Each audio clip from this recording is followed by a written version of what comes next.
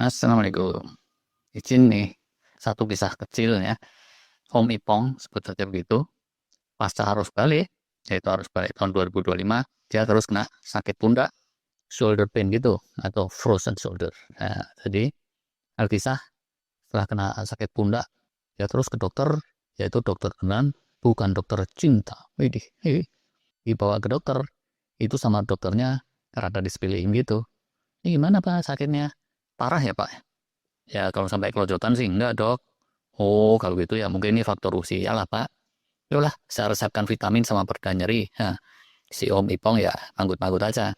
Apalagi setelah disodorin resep pereda nyeri oleh tangan mulusnya si bu dokter. Nah, si Om terus minta salamannya bahkan sampai 3 kali itu. Walah, begitu si dokternya keluar dari bilik periksa itu, bilik periksa lain. Istri Om Ipong bukannya menunjukkan rasa empati, malah sewot tuh. Mas, tadi kayaknya kamu cengar-cengir enak ya, pijit-pijit sama dokter muda yang cantik. Hah? Enak gimana? Ini pundak sakit beneran nih, bukannya modus, kubrak, malah jadi berantem tuh. Tapi di dunia nyata jarang sih ya, terus istrinya sewot kayak istrinya Om Ipong ini. Apalagi kalau dokternya udah tua, peot lagi. Nggak ada alasan juga buat istri sewot. Cuma yang tipikal nih ya, udah ketemu dokter, dikasih resep, resepnya apa sih? Paling vitamin, pereda nyeri, meredam peradangan inflamasi, sekitar itu. Buat yang ringan, ya bisa sih nolong. Tapi yang ringan biasanya ya nggak usah sampai ke dokter pun sembuh sendiri kan ya. Kalau umurnya belum tua-tua amat gitu ya. Itu memang sakit pundak yang tipikal ini bisa hilang sendiri. Vitamin aja juga sembuh sendiri. Tapi tidak jarang ya.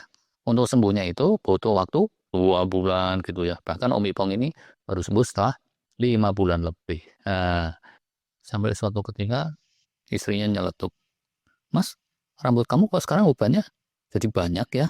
Nah, kalau uban berangsur datang ya, dikit-dikit, ya banyak istighfar aja. Tapi kalau dalam setengah tahun uban muncul secara cepat banget, terakselerasi, nah itu bukan soal kecil. Ibarat kata itu kayak genteng rumah yang retak. Retaknya bisa cuma serambut atau sekitar itu. Tapi kalau air hujan terus menggerucuk masuk lewat situ, ya ini mesti cepat diberesin. Dan ngomong-ngomong ya, soal Om Ipong tadi, asalnya sakit pundak pun urut-urut bisa dari benerin genteng juga. Nggak terlalu keringetan sih sebenarnya benerin genteng itu. Tapi ya namanya udah nggak muda lagi, nggak lama setelahnya dia terus gerges-gerges sakit gitu, puasa-puasa nih. Istrinya langsung pesan-pesan, Mas, kamu sakit jangan lama-lama ya, kita kan mau mudik lah. Widih, saking semangatnya mudik ya begitu THR cair, Om Ipong pun terus sembuh lagi.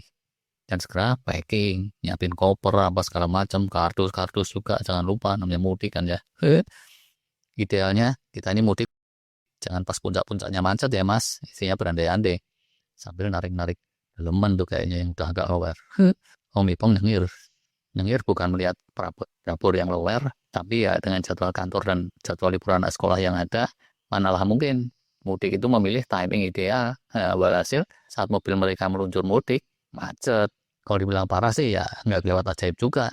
Masuk berita pun tuh jarang yang nonton sih karena ya macetnya segitu aja lah. Tapi tambahnya dari itu pas arus balik kena macet lagi. Ya seru sih.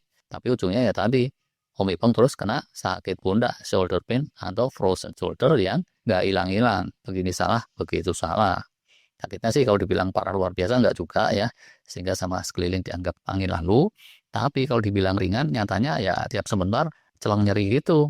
Gerakan jadi keganggu, tidur pun keganggu tadi. Nah, ini terus bisa sembuhnya gimana?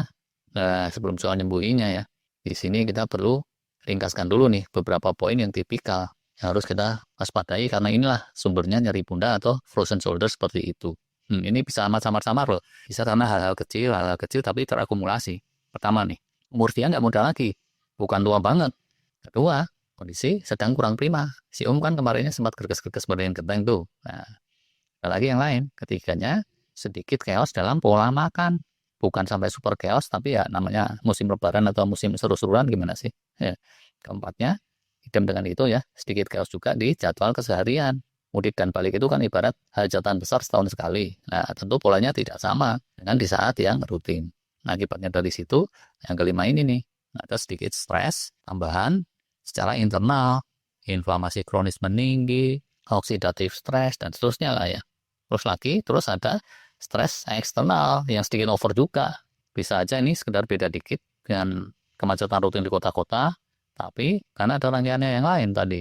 Terakhir nih, bisa terus ada sedikit lagi insiden tambahan dalam 1001 bentuknya. Lagi-lagi ini juga bisa sekedar sedikit tambahan aja nih. Nah, kalau dipikir-pikir ya, tiap-tiap hal itu cuma dikit-dikit gitu, nggak ada yang menonjol, nggak ada yang parah, tapi tumpuk bertumpuk. Jadinya ya di setiap musim seru-seruan kita mesti waspada nih, khususnya ya tadi kalau umur udah tidak muda lagi. Sakit pundak atau frozen shoulder atau shoulder pain itu kalau udah kena, harap maklum, ngilanginnya nggak gampang. Ini bisa juga painnya nggak harus di pundak ya. Dan kalau pain nggak hilang-hilang, itu amat bisa mengakselerasi keuzuran. Dampaknya bisa nyusahin banget tuh, udah sering kita bahas. Di sisi lain ya, ini tuh rada susah dicegah karena penyebab dan akar masalahnya itu bisa amat samar dan terakumulasinya itu tanpa kita sadarin. Begitu udah kena baru deh gemes, bingung, dan nyesel. Oke lah, segitu dulu cerita singkat kita. Di balik itu ya, sebetulnya ada nih penyebab yang lebih spesifik. Tapi mending dibahas terpisah aja lah ya. Sekarang udah dulu.